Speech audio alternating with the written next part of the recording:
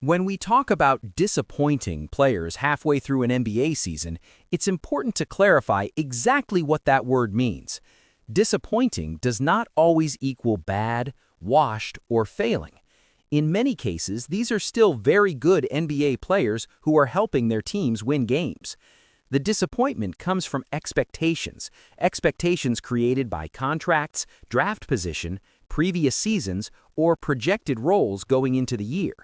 When a player is paid like a superstar, drafted to be a franchise changer, or expected to take a leap, anything short of that naturally draws criticism, even if the on-court production is still solid. That context matters even more this season because expectations across the league were sky high. Young players were expected to break out, veterans were supposed to stabilize contenders, and newly constructed rosters were meant to take steps forward. Instead, injuries, poor fit, shooting regression, and stalled development have created a gap between what we thought we'd see and what we've actually gotten. This video isn't about overreactions or hot takes, it's about examining that gap honestly and looking at why certain players, for very different reasons, have fallen short of what this season promised at the halfway mark. Every NBA season, there are a handful of players who enter the year with enormous expectations placed on their shoulders. These are the former top picks, the rookie max extension guys, the players teams build entire systems around. By year 3 or 4, the league expects these players to stop showing flashes and start delivering consistency, dominance, and clear upward trajectory.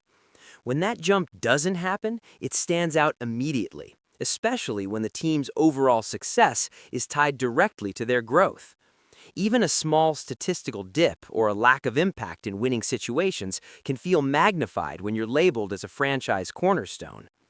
What makes this category tricky is that many of these players are still producing respectable numbers. They're scoring in the high teens or low 20s, rebounding well and flashing playmaking ability, but the efficiency hasn't improved, the defense hasn't taken that next step, or the team simply looks better when the offense runs through someone else. At this stage in their careers, potential stops being enough. These players are expected to tilt games, elevate teammates, and close out wins. And when they don't, the disappointment isn't about talent, it's about stagnation. One of the fastest ways a player ends up in the disappointing conversation is when their contract and their on-court impact stop lining up. Max deals and near-max extensions come with an unspoken promise. You are expected to be a difference maker every single night. Teams don't just pay for box score production, they pay for reliability, leadership, and the ability to raise the floor when things go wrong. When a player earning $40 or $50 million struggles with efficiency, availability, or consistency, it puts immediate strain on the roster construction around them. The modern NBA makes this even more glaring because of the new CBA and apron restrictions. Every dollar matters more than ever, and a single underperforming contract can lock a team into mediocrity. Some of these players are still talented, still skilled, and still capable of great nights, but the highs aren't frequent enough to justify the salary. Whether it's declining athleticism, recurring injuries, or a skill set that no longer scales with a team's needs, these contracts become harder to defend as the season goes on. At the halfway point, disappointment here isn't about hate, it's about value, and whether the return on investment is matching the price tag. High lottery picks enter the league with built-in patience, but that patience isn't unlimited. By year 2 or 3, teams expect more than just flashes. They expect tangible progress. Increased minutes, expanded roles, and real chances to prove themselves are supposed to translate into efficiency, confidence, and impact. When young players are given those opportunities and still struggle to find consistency, it raises real concerns about long-term fit and development, especially for teams that invested heavily to draft them. The most disappointing part isn't always the raw numbers, but how those numbers come. Poor shooting splits, defensive lapses, hesitation with the ball, or an inability to process the game at NBA speed can quickly push a young player out of the rotation. In today's league, teams don't have the luxury to wait forever. particularly with rookie-scale contracts becoming more expensive relative to the cap structure.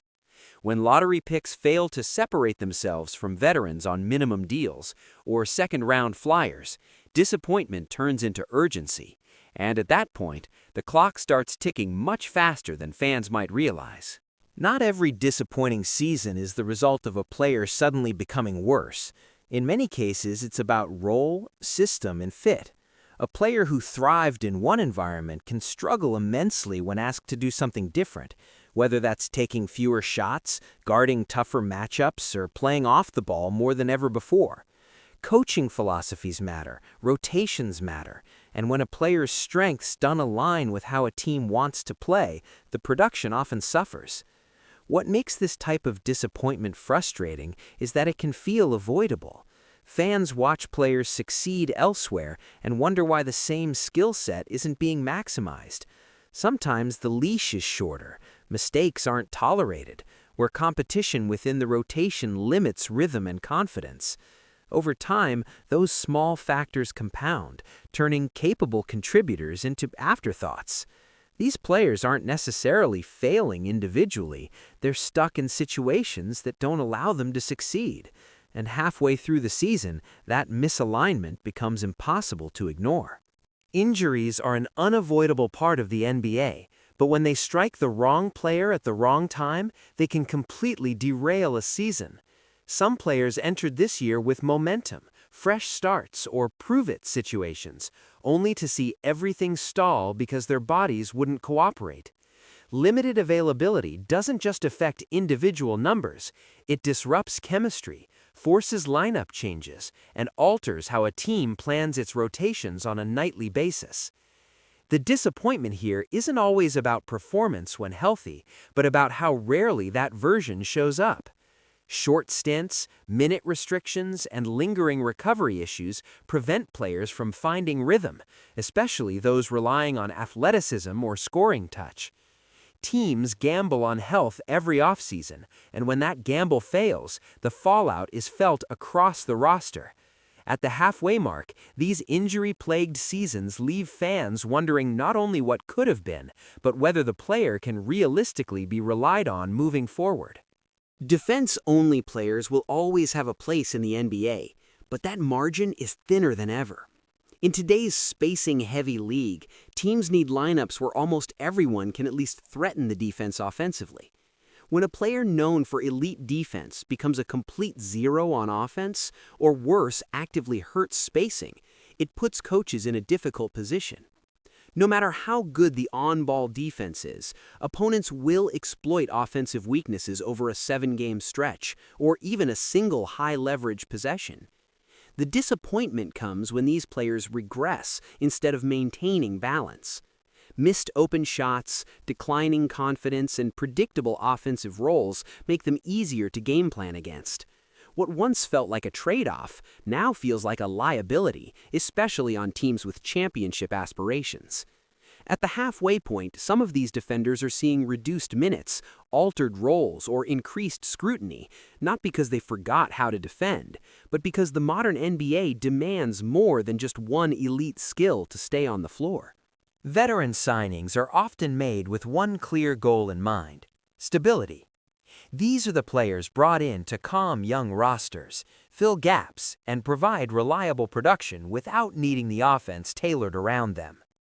When that stability doesn't show up, it can quietly undermine an entire season. Whether it's declining efficiency, slower decision-making, or an inability to keep up defensively, some veterans simply haven't delivered the steady presence teams were counting on. What makes this disappointing is the contrast between expectation and reality. These players were supposed to raise the floor, not create new problems. Instead of being dependable rotation pieces, they've become inconsistent, matchup dependent, or even unplayable in certain situations. In a league where younger, cheaper players are constantly pushing for minutes, veterans who don't clearly outperform their replacements quickly lose their value. By the halfway point, the trust that once justified their role has started to erode. Some of the most frustrating disappointments come on teams that are otherwise doing things right. These are squads with strong coaching, solid depth, and clear upward momentum. But one or two key players failing to meet expectations can hold everything back. When a supposed pillar underperforms, it forces others to compensate, stretches rotations thin, and exposes weaknesses that shouldn't exist on a team trying to take the next step. The issue isn't always catastrophic play, but inconsistency in moments that matter. Missed open shots, defensive breakdowns, or an inability to close games can be the difference between a contender and a pretender. On rising teams, expectations are higher, margins are thinner, and patience runs out faster. At this point in the season, underperformance from key contributors isn't just disappointing, it's a real threat to a team's ceiling and long-term plans. Disappointment in the NBA is rarely about one bad game or a short cold stretch. It's about context, timing, and expectations colliding with reality. Many of the players discussed are still talented, still capable, and still valued around the league. But halfway through the season, the gap between what was anticipated and what has actually happened is impossible to ignore. Contracts, draft status, and past success all raise the bar, and when performance doesn't rise with it, scrutiny naturally follows. That said, the second half of the season can change narratives quickly. Adjustments get made, roles evolved, and players respond differently to pressure. Some of these disappointments may turn into redemption stories, while others could signal bigger decisions ahead for their teams. Let me know down in the comments which players you think will turn it around, or which ones you're most concerned about. And if you enjoyed this breakdown, don't forget to like the video, comment your thoughts, and subscribe to the channel for more NBA content like this.